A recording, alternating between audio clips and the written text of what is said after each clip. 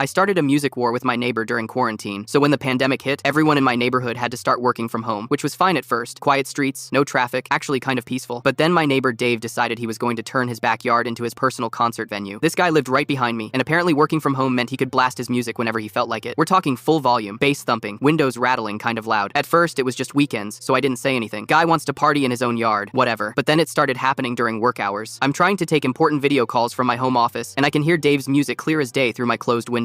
My coworkers are like, is someone having a party in the background? The music was always the same terrible stuff too, like early 2000s pop punk mixed with the worst rap you've ever heard. The kind of music that makes you want to stick pencils in your ears. One Tuesday morning, I'm on this super important call with my boss and like 6 other people. We're discussing budget cuts and layoffs, real serious stuff, and suddenly Dave's stereo fires up at full blast. I'm trying to talk about quarterly reports, while some song about partying on the beach is drowning me out. I had to actually mute myself and wait for the song to end. That afternoon, I walked over and knocked on his door. Real polite, just neighbor to neighbor. Hey Dave, I work from home now and the music is pretty loud. Could you maybe turn it down during business hours? This guy looks at me like I just asked him to donate a kidney. He goes, it's my property and I can play music as loud as I want. Then he literally slams the door in my face. The next day, same thing. 11 in the morning, music cranked to 11. I'm trying to present to clients and it sounds like there's a rave happening next door. That's when I remembered something important about my setup. See, I'm not just some casual music listener. I've been collecting audio equipment for years. Professional speakers, subwoofer, amplifier, the works, the kind of system that can shake pictures off your walls. And my music taste is very different from Dave's. I'm talking death metal, black metal, the heaviest stuff you can imagine. Bands with names you can't even pronounce that sound like demons screaming over construction equipment. So Wednesday morning when Dave fired up his beach party playlist, I decided to introduce him to my favorite band, Cannibal Corpse. I dragged my biggest speaker right up to the fence between our yards, cranked my amplifier to maximum, and let him experience some real music education. We're talking blast beats that sound like machine gun fire, guitar riffs that could strip paint, and vocals that literally sound like someone gargling gravel in hell. Dave's pop punk sounded like a whisper compared to what I was putting out. My music was so loud it was setting off car alarms 3 houses down. I played one full song, 4 minutes of pure auditory chaos. Then I turned it off and waited. Dave's music kept going, so I picked an even heavier song. This time I added my subwoofer to really make the bass shake his windows. After the second song, Dave's music suddenly stopped. I could see him through his kitchen window frantically trying to close all his doors and windows. But I wasn't done. I had years of pent-up frustration from dealing with inconsiderate neighbors, and Dave had just given me the perfect excuse to unleash it. For the next hour, every time Dave tried to start his music back up, I would immediately respond with something twice as loud and 10 times more aggressive. I had an entire playlist ready to go. Finally, around noon, I see Dave come outside and walk toward my fence. I'm thinking he's going to start a fight or call the cops or something. Instead, he goes, okay, you win. I'll keep it down during work hours. I haven't heard a peep from Dave's stereo during business hours since then. Sometimes I catch him looking nervously at my house when he's in his backyard, probably wondering if I still have that speaker system ready to go. The best part? My other neighbors started thanking me. Turns out everyone was annoyed by Dave's concerts, but I was the only one with the firepower to do something about it. Now the whole neighborhood is nice and quiet during work hours. Sometimes the most effective diplomacy comes with a really good sound system.